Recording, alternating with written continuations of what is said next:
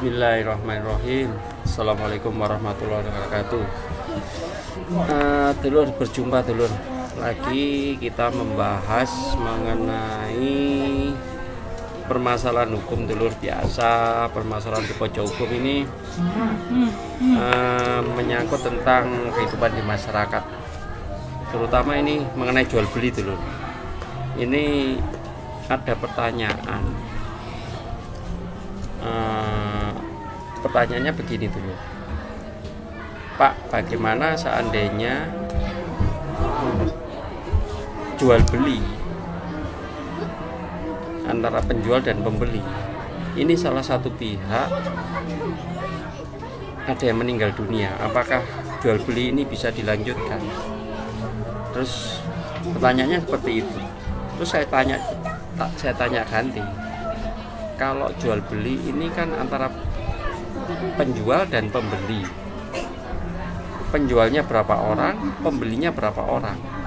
Kalau antara penjual satu orang dan pembeli satu orang, saya kira ya batal, karena syarat sah daripada perjanjian jual beli kan kesepakatan kan harus dua orang, minimal kan dua orang, antara adanya penjual, adanya pembeli, ada barang yang atau sesuatu haknya untuk dipakai objek daripada jual beli, kan seperti itu.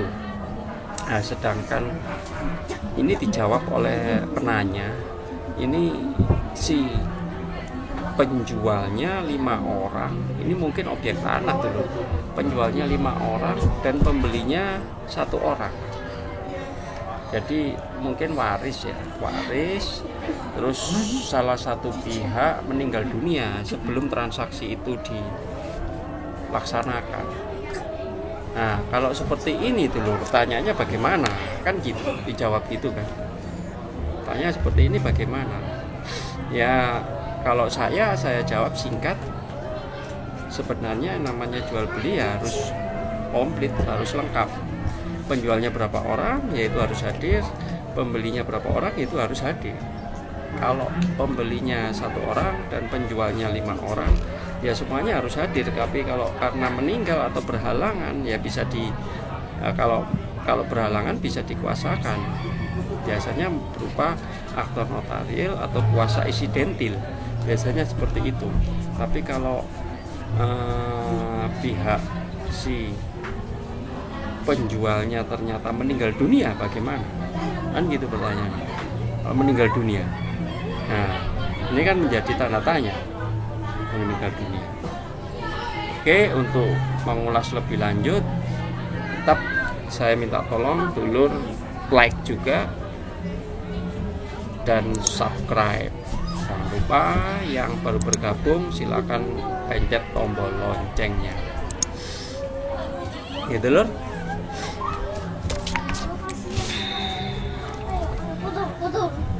Oke, sudah selesai. Terima kasih sudah like, subscribe dan lonceng. Dulur, begini dulur, saya ulas secara lengkap. Kalau perjanjian yang sudah kan sudah pernah saya sampaikan 1320, 1313, 1315 dan lain sebagainya di KUH Perdata. Jadi singkatnya adalah perjanjian adalah suatu perbuatan di mana satu orang atau lebih mengikatkan diri terhadap satu orang yang lain. Dan gitu, ada sebab yang halal, klausa yang halal, ada sebab tertentu, terus cakap dan lain sebagainya, kan gitu. Ya. Sedangkan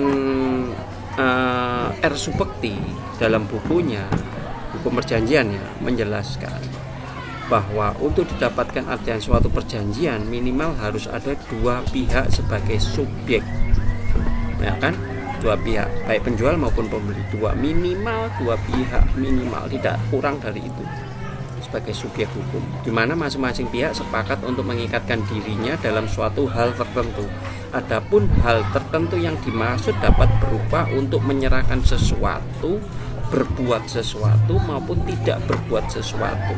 Maksudnya kalau berbuat sesuatu, tidak berbuat sesuatu, menyerahkan sesuatu, itu kan ya jual beli, terus sewa menyewa, tukar menukar. Nah, itu kan adanya kesepakatan atau perjanjian. Sedangkan dalam bentuk perjanjian dapat berupa suatu rangkaian perkataan yang mengandung janji-janji dan kesanggupan. Nah, intinya kan seperti itu perjanjian, adanya janji-janji dan kesanggupan. Pernah saya ulas, kalau tidak yang dijanjikan ternyata dalam klausula ternyata tidak dipenuhi, ya wan prestasi, seperti tadi kan, seperti yang kemarin saya ulas. Jadi itu menurut pasal 1313, 1320 tentang perjanjian, syarat sah perjanjian dalam hak perdata. Bahkan R. Supekti dalam bukunya mengatakan seperti itu. Perjanjian harus ada subjek tertentu, ada minimal 2 orang, minimal ada 2 subjek, adanya penjual dan pembeli, adanya pengontrak atau adanya penyewa, yaitu penyewa atau menyewakan, yang apalah, yang penting ada perjanjian 2 orang subjek dan ada objeknya apa? Objeknya ada sesuatu, bahkan tidak ada sesuatu, ya. Terus kemudian dalam pasal 1457 KUH Perdata yang dimaksud jual beli adalah suatu 1457 KUH Perdata adalah jual beli adalah suatu perjanjian dengan mana pihak yang satu mengikatkan dirinya untuk menyerahkan suatu barang dan pihak yang lain untuk membayar harga yang telah dijanjikan. Itu kan umum. Jadi yang dimaksud jual beli kan adanya perjanjian antara pihak penjual dengan pihak pembeli, adanya kedua pihak mengikatkan dirinya untuk menyerahkan sesuatu dan pihak lain membayar sesuatu yang sudah disepakati. Sedangkan jual beli dianggap telah terjadi antara kedua belah pihak seketika itu juga setelah kedua belah pihak telah melakukan transaksi. Itu dianggap sudah selesai. Kalau belum melakukan transaksi, ya dianggap belum selesai.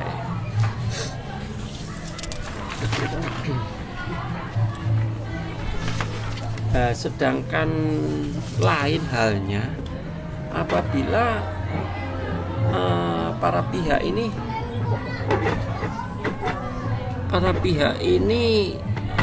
belum melakukan transaksi atau para pihak ini membatalkan suatu perjanjian. Ya, itu yang sudah saya pernah sebutkan, batal demi hukum, ya toh, dapat dibatalkan. Apa yang dimaksud dengan dapat dibatalkan? Nah, kalau dapat dibatalkan setelah perjanjian itu timbul. Sedangkan batal demi hukum, perjanjian itu belum dilaksanakan, belum lahir, belum ada. Nah, kalau perjanjian itu belum ada, ya dianggap batal demi hukum, tidak ada perjanjian. Tapi kalau sudah adanya perjanjian, maka dianggap batal demi hukum. Bisa wan prestasi, bisa apa, ya perbuatan seperti itu. Ya, intinya seperti itu kan dulu. Cukup singkat, padat, menambah wawasan, menambah pengetahuan. Satu lagi di pojok itu, jangan bosan-bosan belajar hukum agar dulur tidak menjadi konsumsi hukum, agar dulur tidak menjadi mendapatkan kezoliman hukum oleh orang-orang yang memanfaatkan hukum itu sendiri. Siapa saja mulai dari lahir sampai meninggal diatur dalam hukum. Gitu dulur, tetap semangat, tetap sukses, tetap sehat. Jangan lupa berdoa, bersyukur. Insya Allah menjadi barokah. Wassalamualaikum warahmatullahi wabarakatuh. Salam pojok hukum.